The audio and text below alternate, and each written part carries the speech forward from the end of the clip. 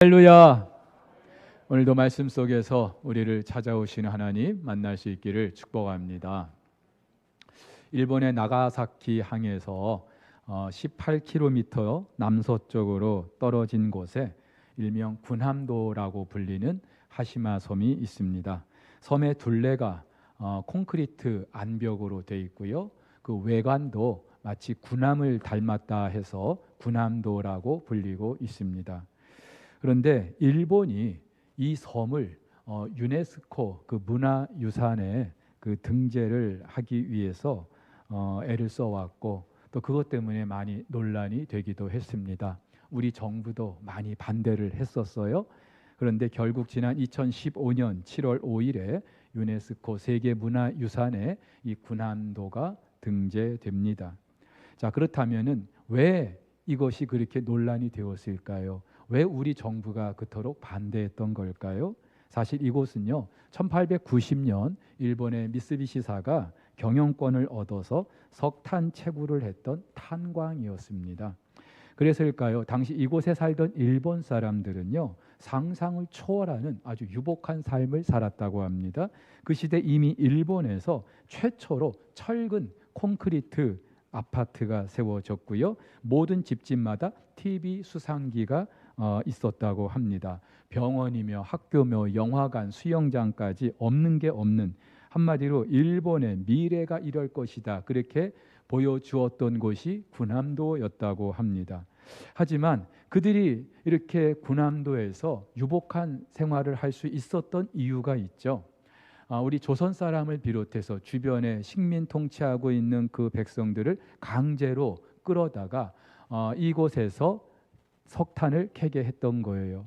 해저 1km 지점까지 내려가게 해서 그 갱 안의 온도가 섭씨 45도가 넘는, 그리고 하루 12시간씩 그렇게 좁은 공간에서 석탄을 채굴하게 했다고 합니다.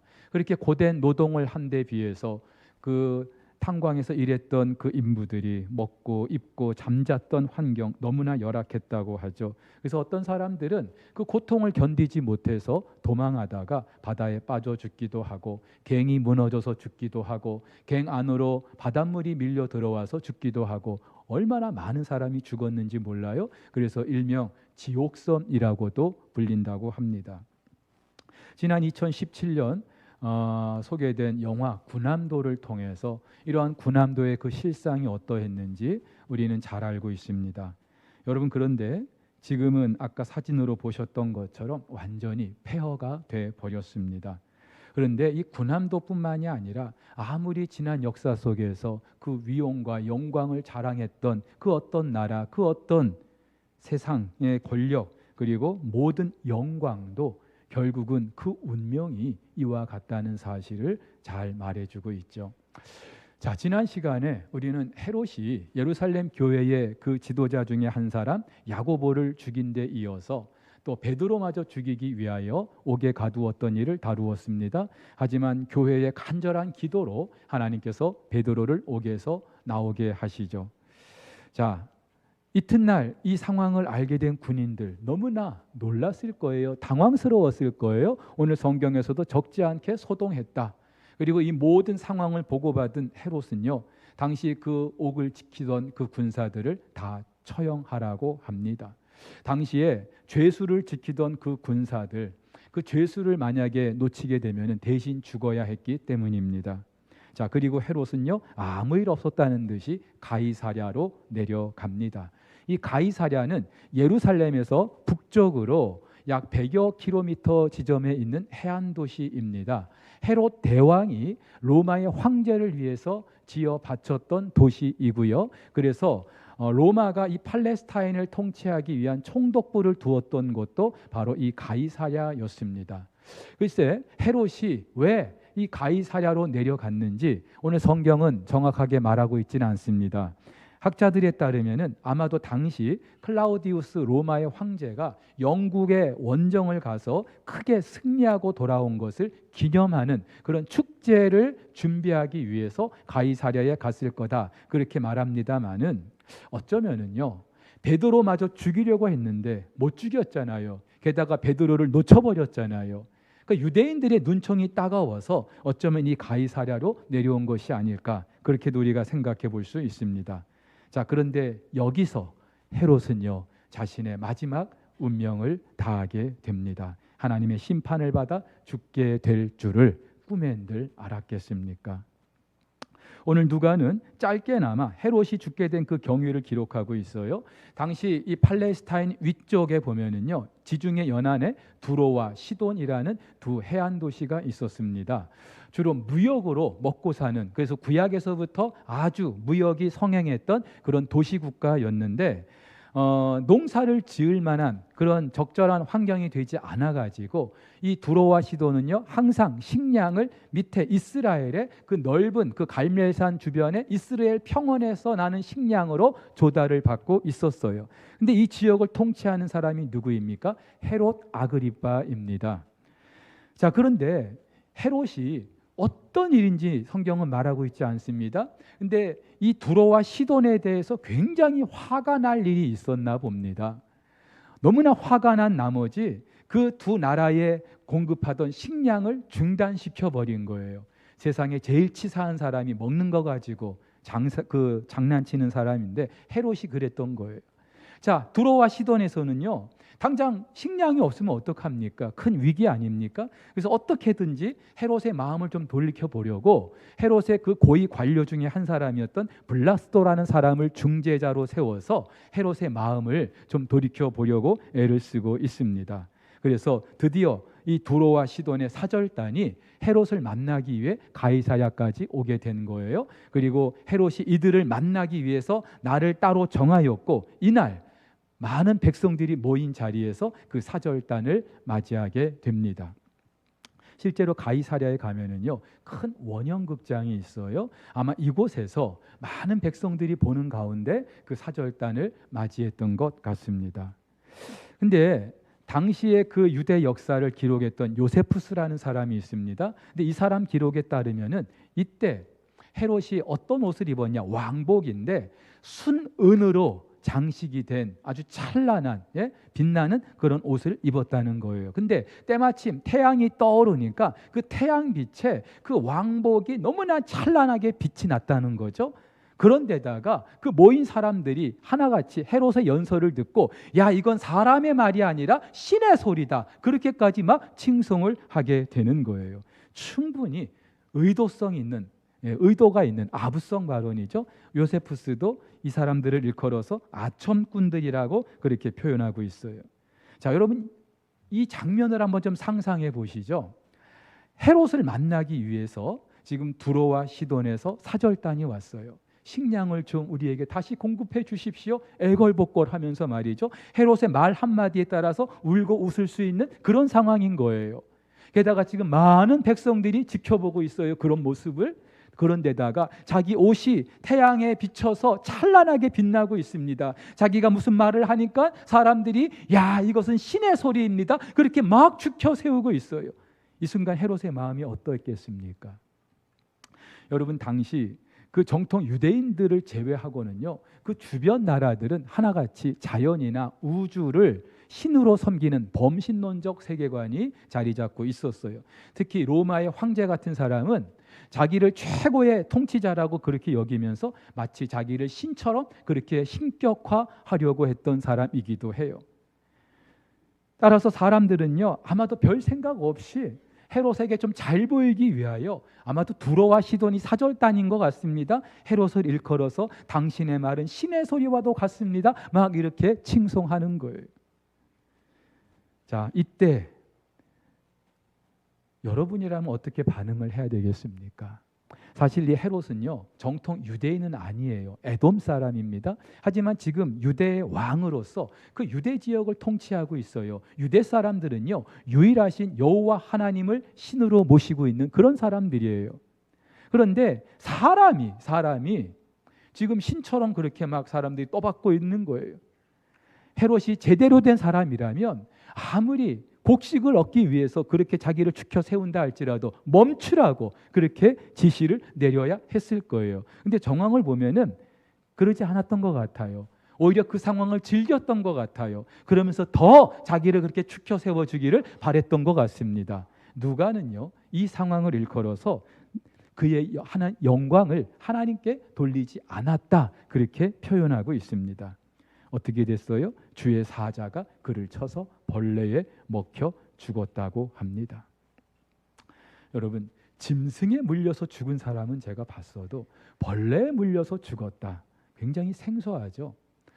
학자들은 아마도 사람 그 내장에 기생하는 회충이 것이다, 아니면 급성 세균일 것이다, 아니면은 급성 맹장염으로 죽었을 것이다, 뭐 이런저런 이야기들을 많이 합니다. 하지만 분명한 사실, 요세푸스는 이 헤롯은요, 벌레에 먹혀 죽었다라는 사실이죠. 실제로 그 요세푸스라는 사람도 이 장면을 아주 생생하게 묘사하고 있어요. 그러면서 그 자리에서 갑자기 복통이 있었고 왕궁으로 돌아간 후에 5일이 지나고 죽었다라고 기록하고 있습니다. 그러니까 오늘 성경에 기록하고 그 요세푸스라는 사람의 기록하고 일치가 되는 걸 우리가 알 수 있겠죠. 자, 당시에 벌레에 먹혀 죽는다, 우리는 상상하기도 참 쉬운 일이 아닙니다만은 어쨌든 벌레에 먹혀 죽는다는 것은 굉장히 수치스러운 일이었다고 해요. 근데 한 나라 최고의 통치자가 벌레에 먹혀 죽게 된 거예요. 여러분, 사도행전 12장은요, 당대 최고의 통치자라고 불렸던 이 헤롯이 마치 자기가 신이라도 된 것처럼 예루살렘 교회 야고보도 죽이고 베드로마저 죽이려 하고 군인들도 죽이고, 그리고 사람들 앞에서 신처럼 그렇게 행세를 하는 것으로 시작이 됐어요. 근데 그 마지막은요, 벌레에 먹혀 죽는 걸로 마무리되고 있습니다. 자, 여러분 보세요. 오늘 이 본문을 통해서 누가가 저와 여러분들에게 주고자 하는 메시지가 과연 어떤 걸까요? 일찍이 욥도 그랬고요, 시편 기자도 하나님 앞에서 뭐라고 고백하냐면, 나는 벌레입니다, 나는 벌레이지 사람이 아닙니다, 그렇게 고백했어요.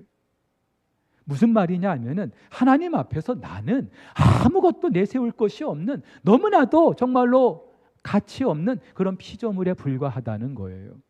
근데 안타깝게도 어리석은 사람들은요, 마치 자기에게 돈 좀 있다면, 힘 꽤나 쓴다면 자기가 뭐 대단한 사람이라도 된 것처럼 그렇게 행세를 해왔던 것, 우리는 지난 역사를 통해서 너무나 잘 알고 있죠. 이것은 피조물로서 자신의 분수를 모르는, 자신의 그런 한계를 모르는 그런 무지일 뿐더러 하나님 앞에는 너무나도 큰 죄악이 아닐 수 없습니다. 왜냐하면 하나님의 자리를 탐했기 때문에. 성경을 보면은요, 하나님이 가장 싫어하셨던 그 몇 가지가 있는데 그 중에 첫 번째가 교만이에요. 중세에 많은 그리스도인들이 죽음에 이르게 하는 7가지 죄를 그들이 소개하고 있는데요, 그 중에 제일 첫 번째, 죽음에 이르게 하는 제일 첫 번째 죄도 교만이었어요. 특별히 우리가 구약의 선지서를 보면은 하나님은요, 이스라엘 백성들뿐만이 아니라 이방 나라들을 향하여서도 심판을 선포하십니다. 근데 그들을 심판하시는 그 죄목이 뭐냐 하면은 그 중에 제일 우선된 것이 그네들의 교만함이었어요. 이 교만이라고 하는 것은 하나님의 백성들에게만 적용되는 게 아니었어요. 하나님을 모르는 이방 백성들이라 할지라도 그가 누구라도 그들의 마음이 높아졌을 때 하나님은 그들을 심판하셨어요. 일례로 바벨론의 느부갓네살 왕이 그랬습니다. 여러분, 느부갓네살 왕은요, 당시 세계 최고라고 자랑하던 북쪽의 아수르, 남쪽의 애굽을 완전히 다 정복하고 세계 최고의 바벨론이라는 국가를 건설했어요. 그가 만들었다고 하는 공중정원, 지금도 세계 7대 불가사의 중에 하나라고 불릴 정도로 그 바벨론 당시에 그 화려한 문명이며 또 그 권세며 정말 하늘을 찌를 듯 했습니다. 오죽하면은 어느 날 이 느부갓네살 왕이 그 왕궁 지붕을 거닐면서 이렇게 고백을 합니다. 나 왕이 말하여 이르되 이 큰 바벨론은 내가 능력과 권세로 건설하여 나의 도성으로 삼고 이것으로 내 위엄의 영광을 나타낸 것이 아니냐. 자, 이 짧은 한 구절 속에 나라는 1인칭 대명사가 4번이나 반복되고 있어요. 무슨 말이냐 하면은 느부갓네살 자기가 볼 때에도 이 바벨론이라는 나라가 너무 대단한 거예요. 그러면서 이거 누가 세웠지? 내가 세웠지. 내 힘으로, 내 권세로 내가 세웠지. 얼마나 영광스러운가. 그러면서 누가 왕이라는 거예요? 내가 왕이지. 내가 왕이지. 근데 여러분, 성경 창세기부터 요한계시록까지 성경이 일관되게 저와 여러분들에게 말하고 있는 한 가지 사실이 있습니다. 하나님이 왕이십니다. 할렐루야. 아무리 지난 역사 속에 유명한 화려한 권세가 많은 통치자들이 있었다 할지라도 다 역사의 뒤안길로 사라졌어요. 역사와 온 우주를 주관하시는 유일하신 왕은 오직 하나님 한 분이신 줄 믿습니다. 따라서 이걸 부정하고 이걸 모르는 사람들은요, 하나님 앞에 큰 죄를 범하는 것이죠. 그리고 하나님의 심판을 받을 수밖에 없는 거예요. 자, 그래서일까요? 느부갓네살이 그렇게 자기 혼자 독백하면서 혼자 그렇게 취해 있을 때에 그 말이 그 입에서 채 나오기도 전에 하늘로부터 어떤 음성이 들려요. 그러면서 느부갓네살아, 너의 그 왕권이 너에게서 떠났다. 예. 그리고 그 즉시 어떤 일이 있는 줄 아십니까? 이 느부갓네살이 사람에게서 쫓겨납니다. 들짐승과 함께 살아요. 소처럼 풀을 먹고요. 그 머리털이 독수리철처럼 되었고요. 손톱은 세발토처럼 되었다라고 말하고 있어요. 상징적인 게 아니라 실제로 그렇게 이 느부갓네살 왕이 바뀌게 된 거예요. 화려한 왕궁에서 거하던 느부갓네살이 쫓겨나서 들짐승과 함께 거했다고요. 여러분, 이것이 하나님 앞에서 자기를 높이는 자들의 운명이에요. 오늘 헤롯도 마찬가지예요. 마치 자기가 하나님이라도 된 것처럼 그렇게 착각했던 이 헤롯, 결국은 벌레에 먹혀 죽고 맙니다. 근데 여러분, 느부갓네살이나 헤롯 같은 그런 최고 통치자가 아니라 할지라도 누구라도 마찬가지예요. 사도행전은 데오빌로라고 하는 어떤 특별한 사람을 위하여서 누가가 지은 책이에요. 근데 이 데오빌로라는 사람이 누구인지 학자들이 뭐 이렇게 저렇게 말을 합니다만은 한 가지 분명한 것은 아마도 당대 좀 권세가 있는 고위층 관료였을 것이다. 그렇게 말들을 합니다. 그렇다면은 이 데오빌로라는 사람도 하나님을 믿는 사람이었을 텐데 나름대로 권세가 있는 사람이에요. 그러면서 지금 누가가 보내는 이 그 사도행전을 읽어가면서 특별히 이 12장의 장면을 묵상하면서 어떤 생각을 하게 되었을까요? 누가는 어떤 의도로 이 사도행전을 기록하고 있는 걸까요? 지난 수요일 날 당선된 300명의 국회의원들, 도대체 그들은 어떤 생각으로 이 나라를 이끌어 가야 될까요? 그들뿐만이 아니에요. 지금 이 자리에 앉아있는 저와 여러분들 어떻게 살아가야 되겠습니까? 목사님, 내가 그런 권세가 있는 것도 아니고 힘이 있는 것도 아니고 돈이 있는 것도 아니고 내가 무슨 교만해질 리가 있겠습니까? 그렇게 생각하실 수 있을 텐데 천만에요. 누구라도 하나님 앞에서 높아질 수 있고 교만해질 수 있는 거예요. 근데 여러분, 왜 이 교만이 무서운지 아십니까? 하나님이 심판하시는 것도 있습니다만은 저나 여러분은 하나님의 은혜 아니면 살 수 없는 그런 사람들이에요. 여러분 고백하십니까? 인정하십니까? 누구도 하나님 은혜 없어도 나는 살 수 있어요. 잘 살 수 있어요. 그런 사람 아무도 없어요. 근데요, 여기까지만 알죠. 이것도 모르는 사람들이 있지만 대개 여기까지만 알아요. 근데 은혜가 누구에게 흘러갈까요? 하나님의 은혜가 누구에게 흘러갈까요? 물이 그렇듯이 낮은 자에게 흘러가는 줄 믿으시기를 바랍니다. 그래서 내가 뭐라도 된 것처럼 심지어 하나님 앞에서 그렇게 목이 곧은 사람들 절대로 하나님이 그 은혜를 흘러보내실 수가 없는 거예요. 하나님의 은혜가 없는 그 삶은요, 지옥 같은 삶이죠. 바라기로는 우리 석포교회 모든 성도 여러분, 삶의 어떤 자리든지 아무리 사소한 것이라든지 하나님 앞에서 늘 낮출 수 있고 엎드릴 수 있기를 주의 이름으로 축복합니다. 우리가 평생을 살면서 점검해야 될 거, 내가 얼마나 높은 자리에 올라갈 수 있을까, 얼마나 출세할 수 있을까, 얼마나 성공할 수 있을까가 아니라 하나님 앞에서 내가 얼마나 지금 낮아져 있는가, 이걸 점검하고 또 점검해야 되는 줄 믿으시기를 바랍니다. 자, 그런데요, 오늘 이 본문은 우리에게 또 다른 도전도 되고 위로가 됩니다. 자, 헤롯이 하나님의 심판을 받은 거, 그의 교만 때문 맞죠? 그런데 하나님이 그를 심판하신 건 또 다른 이유도 있어요. 하나님의 교회를 핍박하고 사도를 죽였기 때문에 그래요. 성경에 보면은요, 이 헤롯의 가문은 하나님 나라 그리고 교회를 대적하는 그런 사탄의 그런 상징과 같이 부각되고 있습니다. 그도 그럴 것이 헤롯 대왕, 이 헤롯 아그리빠의 할아버지죠. 예수님이 태어나셨을 당시 베들레헴에 살던 2살 미만의 모든 산의 아이를 다 죽여서 예수님을 죽이기 위해서 그랬던 사람이에요. 그 아들 헤롯 안티파스 세례 요한의 목을 쳤던 사람이고요. 그리고 그 손자 헤롯 아그리빠도 야고보를 죽였던 사람이에요. 한마디로 이 헤롯 가문은요, 하나님의 원수로 저주받은 그런 가문이었어요. 근데 보세요, 그런 헤롯의 가문도 결국은 역사 속에서 자취를 감추고 헤롯 아그리빠 너무나도 비참하게 벌레에 먹혀 죽고 맙니다. 근데 이 헤롯만 그런 게 아니죠. 지난 역사를 보면은요, 끊임없이 사탄은 하나님을 대적해 왔어요. 하나님을 대적하지 못하니까 대신해서 무너뜨리려고 했던 것이 하나님의 공동체, 교회와 가정을 무너뜨리려고 안간힘을 써와 지금도 마찬가지죠. 앞으로 더 할 거예요. 하지만 여러분, 아무리 사탄이 그렇게 교회를 무너뜨리려고 안간힘을 쓴다 할지라도 이 교회는 절대로 무너지지 않는 줄 믿으시기를 바랍니다. 우리가 잘나서가 아니에요. 우리가 제대로 방비를 했기 때문이 아니라 이 교회의 주인 되시는 하나님이 역사와 우주의 왕이시기 때문인 줄 믿으시기를 바랍니다.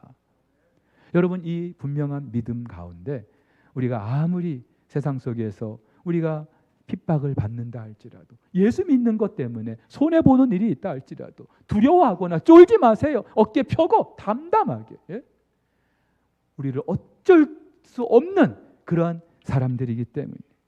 자, 이것을 단적으로 증명하는 구절이 오늘 24절이에요. 하나님의 말씀은 흥왕하여 더하더라. 하나님의 말씀은 흥왕하여 더하더라. 누가는요, 사도행전에서 어떤 한 가지 사건을 기록하고 나서 그것을 매조지 짓기 위하여 결론과 같이 한 구절씩 이렇게 딱 기록하고 있는데, 오늘 본문도 마찬가지예요. 헤롯의 일이 있고 나서 마지막 하나님의 말씀이 흥왕하여 더했다. 다시 말해서 자기가 신이라도 된 것처럼 하나님 앞에 높아졌던 그 헤롯, 하나님의 교회를 핍박하고 사도를 죽였던 그 헤롯, 하나님께서 어떻게 그를 심판하시는지, 그리고 그 결과 어떤 일이 있게 되는지 누가가 지금 소개하고 있는 거예요. 아무리 교회를 무너뜨리려고 한다 할지라도 주의 교회는, 하나님의 말씀은 흥왕하여 더해 간다는 것이죠. 이 흥왕하다, 더하다, 사실은 같은 의미의 동사입니다. 예수님께서 그 천국 비유에서 겨자씨 비유를 말씀하실 때 그 겨자씨 작은 씨가 자라서 나무가 되었던 것처럼 같은 의미로 사용되는 동사예요. 시제도 미완료, 끝나지 않은, 계속해서 중단 없이 성장하고 자라는 하나님 나라가 그렇고 하나님의 교회가 그렇고 하나님의 말씀이 그런 줄 믿으시기를 바랍니다. 자, 여러분, 누가뿐만이 아니라 성경이 누차 강조하는 게 이것이죠. 세상이 아무리 크고 강해도 그 권세 앞에, 그 힘 앞에 교회가 너무나도 초라하고 무기력해 보여도 하나님의 교회는 하나님이 지켜주시는 줄 믿으시기를 바랍니다. 여러분, 지난 한국 교회만 해도 그렇지 않아요? 1919년 3.1운동이 있고 나서 이틀이 지난 후에 모든 그리스도인들에게 일종의 행동 강령과 같은 독립단 통고문이라는 그런 문서가 이제 돌려지게 됩니다. 3.1운동이 일어났어요. 대한민국 만세, 대한민국 독립을 외치는 그런 운동이 전국에서 들불처럼 일어나고 있어요. 자, 이때 우리 그리스도인들 어떻게 살아야 하는지 명심하십시오 하면서 그 행동 지침을 가르쳐 줬는데 그것이 무엇이냐면 매일 모든 그리스도인은 3차례 기도하십시오. 매일 하나님의 말씀을 읽으십시오. 묵상하십시오. 그러면서 월요일에 읽어야 될 말씀이 어떤 본문이었냐면은 이사야 10장. 이사야 10장 어떤 본문이냐면은요, 남쪽 유다의 아하스 왕 때 그 북쪽의 아수르가 유다를 공격하려고 하는 거예요. 이제 바람 앞에 등불과 같은 그런 신세인 거예요. 그런데 하나님께서 그 아수르를 심판하고자 하는 메시지가 선포된 성경이 이사야 10장이죠. 여러분, 일제시대 때 많은 그 우리 조선 사람들, 특별히 그리스도인들 눈에 일본은 아수르같이 생각됐을 거예요. 누구도 정말로 어찌할 수 없는, 가공할 만한 그런 힘을 가진 나라, 세상에 두려울 게 없는 나라, 스스로 최고라고 생각했고 이웃한 나라들을 침략하면서 온갖 악한 일을 자행했던 그런 나라, 심지어 천황을 신격화하면서 신사참배까지 강요했던 나라, 아수르와 다를 게 없었어요. 하지만 그랬던 그 아수르도 하나님의 심판으로 역사의 뒤안길로 사라져 버리죠. 그랬던 일본도 어떻게 무너졌는지 우리는 잘 알고 있습니다. 여러분, 그 당시에 아무런 소망도 없었던 이 땅의 그리스도인들이 목숨 걸고 그렇게 분연하게 일어날 수 있었던 이유는 바로 이 오만한 세상 권력, 특별히 교회를 무너뜨리려고 하는 그 세상의 권력, 하나님이 반드시 심판하신다는 이 사실을 믿었기 때문이죠. 그래서 믿음의 선배들은요, 그때 이런 찬양을 고백하며 부르면서 나아갔어요. 세상 나라들은 멸망당하나. 우리 같이 한번 찬양할게요. 예수 교회 영영 왕성하리라. 마귀 권세 감히 해치 못함은 주가 모든 교회 지키심이라. 할렐루야. 여러분, 일본이 통치했던 그 시대뿐만이 아니라 지금 이 시대도 아무리 악한 사탄이 교회를 무너뜨리려 한다 할지라도 이 교회의 주인 되신 하나님께서 교회를 지켜주실 줄 믿습니다. 자, 그렇다면은 저와 여러분들이 어떻게 살아야 되겠습니까? 자, 이 사도행전 12장을 묵상하면서 좀 생각이 있었던 분들은 한 가지 의문이 있었을 거예요. 하나님은 왜 같은 예루살렘 교회의 지도자인데 야고보는 죽게 내버려 두시고 베드로는 살려주셨을까? 여러분, 그렇지 않습니까? 우리는 야고보의 죽음을 별로 대수롭지 않게 생각했어요. 그런데 생각해 보세요. 야고보도 예루살렘 교회의 지도자였어요. 예루살렘 교회가 야고보를 위해서도 기도 안 했을까요? 베드로만 위해서 기도했을까요? 야고보 죽고 나니까 안 되겠다, 베드로라도 지키자, 그래서 기도했을까요? 아닐 거예요. 두 사람 다 기도했을 거예요. 근데 왜 하나님은 야고보는 죽게 하시고 베드로는 살려주셨을까요? 이유는 우리가 알 수 없어요. 하나님의 주권에 속한 일이에요. 분명한 사실은 예루살렘 교회의 기도가 야고보의 순교로 그리고 베드로의 풀려남으로 응답된 것이 맞아요. 여러분, 그래서 내가 기도했는데, 내 병이 낫기를 위해서 기도했는데 그렇지 못했다? 그 응답받지 못한 게 아니에요. 망하게 될 것 같아서 기도했는데 망했어요? 하나님이 내 기도를 들어주시지 않은 게 아니에요. 하나님은 다른 방법으로 우리의 기도를 들어주셨을 뿐인 거예요. 왜 그러셨는지는 몰라요. 하지만 시간이 지나면 우리는 왜 그러셨는지 알 수 있는 거예요. 오늘 야고보의 죽음도 그래요. 그래서 어떤 목사님이 이 부분을 이렇게 표현을 하시더라고요. 야고보는 군대로 하면은 제대한 사람이고 베드로는 아직 부대 안에 있는 사람이라고요. 자, 우리 남자분들 누가 더 좋은 사람입니까? 제대한 사람입니까? 부대 안에 있는 사람, 누가 더 좋습니까? 대답 좀 해보세요. 누가 더 좋습니까? 요즘은 군대에서도 월급을 많이 줘가지고 그냥 뭐 사회 나와서 할 거 없으면 그냥 군대에 있는 것도 괜찮다고 하더라고요. 근데 대한민국의 모든 남자들, 군에 입대한 남자들, 저도 그랬고요, 입대한 그 순간부터 제대 날짜를 손꼽지 않습니까? 아무리 군대가 좋아져도 제대하는 게 좋죠.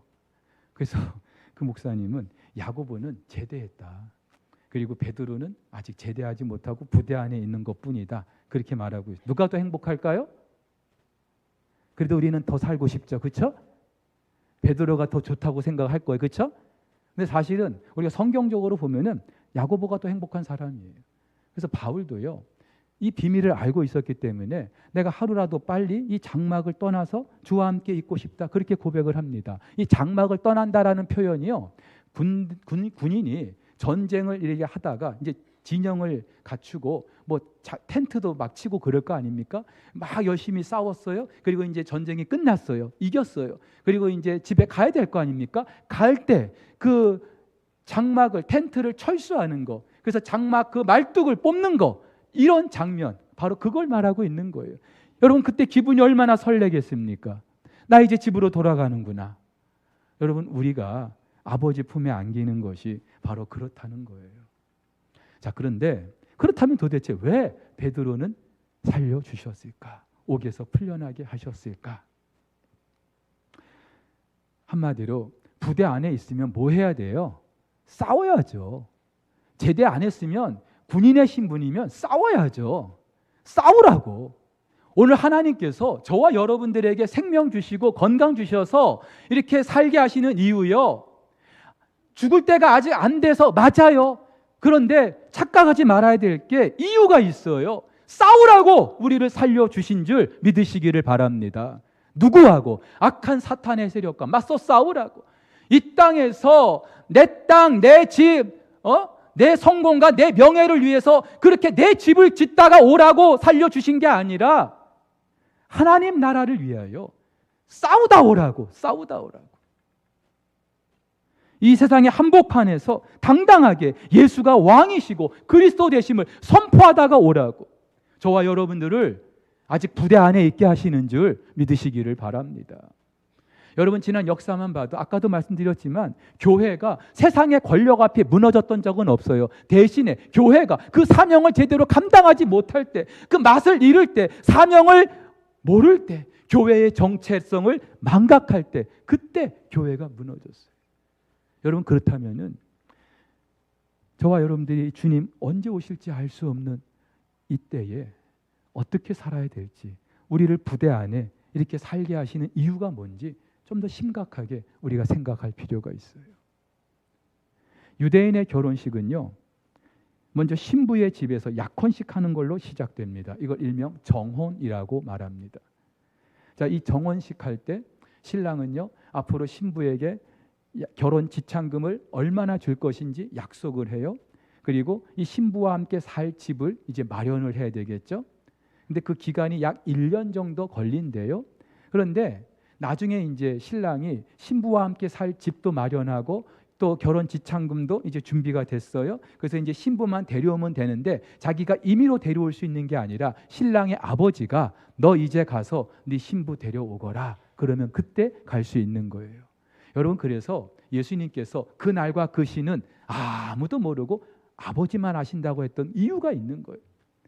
예수님께서도 그 요한복음에서 제자들을 떠나시면서 나 떠나는 것 때문에 여러분 슬퍼하지 마, 근심하지 마. 내 아버지 집에 뭐가 많다고요? 거할 곳이 많다고. 거할 곳이 많다. 한마디로 예수님과 우리는 이미 결혼했어요. 정혼했어요. 근데 아직 혼인잔치는 치르지 않았어요. 언제 그 혼인잔치가 있어요? 요한계시록을 보면은요, 예수님 다시 오시는 그날 어린 양의 혼인잔치에 저와 여러분들이 영광스러운 신부로 그 자리에 있게 될 줄 믿으시기를 바랍니다. 신랑 아버지가 신랑을 보고 보니까 우리 아들이 이제 집도 마련했고 또 지참금도 마련했네. 좋다. 이제 데려와라. 그러면 그때 가는 거예요. 사랑하는 성도 여러분. 자, 그렇다면은 신랑이 신부를 데리러 오는 그때까지 신부가 해야 될 일은 뭘까요? 준비하는 거죠. 자기를 준비하는 거예요. 요한계시록에서도 그래서 이것을 신부가 세마포를 입었다라고 하는데 성도의 옳은 행실이라고 말하고 있어요. 무슨 말이냐 하면은 믿음을 지키는 거예요. 이 세상 속에서 예수가 왕이심을, 예수가 나의 신랑이심을 그것을 선포하는 그런 삶을 살아내는 거예요. 여러분, 세상에 얼마나 유혹이 많습니까? 얼마나 많은 변사또들이 있습니까? 내가 너 호강시켜 줄게. 야, 이몽룡만 남자냐? 나도 남자다 하면서 말이죠. 이몽룡 언제 돌아올지도 모르는데, 장원급제할지도 그거 안 할 수도 있는데, 얼마나 이 세상이 우리를 유혹하고 있습니까? 하지만 그래도 아닙니다. 나는 예수의 신부입니다. 예수만이 나의 왕이십니다. 이 믿음 지켜내는 것이 부대 안에 사는 베드로 같은 사람들의 삶인 줄 믿으시기를 바랍니다. 여러분, 신부가 시댁에 가기 전에 친정 부모님 댁에서 살지 않았습니까? 자라지 않았습니까? 지금은 이제 그렇지 않습니다만은 예전만 해도 시집 간다 그랬잖아요. 그래서 시집을 가면은 더 이상 친정과는 거리가 떨어진, 이제 단절된, 죽어도 어느 집 귀신되라 그래요? 시댁 귀신되라 그러잖아요. 무슨 말이냐면은 너는 이제 시집 사람이야. 우리 집 사람 아니야. 마찬가지예요. 우리 그리스도인들 예수의 신부라면은요, 이 세상이 친정집 같겠죠? 그래서 뭔 일이 있으면 친정집으로 쪼르르 돌아오고, 이게 아니라 이제는 저 시댁, 하나님 나라의 그런 가치관을 하나씩 배우면서 어떻게 하면 하나님 나라의 백성으로 살 수 있을까? 이것이 저와 여러분들의 관심이 돼야 될 줄로 믿습니다. 여러분, 그때 오늘 이 말씀처럼 하나님의 말씀이 저와 여러분들의 삶을 통하여 흥왕하여 더하게 되는 그런 역사가 있게 될 줄로 믿습니다. 우리 그리스도인의 삶과는 별개로 따로 국밥처럼 하나님의 말씀이 세세토록 영원하다. 그거 맞아요. 하나님의 말씀이기 때문에. 하지만 그 하나님의 말씀이 반드시 우리 그리스도인의 삶을 통하여 흥왕하고 더하게 되는 그런 역사가 있게 될 줄로 믿습니다. 그렇게 우리가 살아갈 수 있기를 주의 이름으로 축복합니다.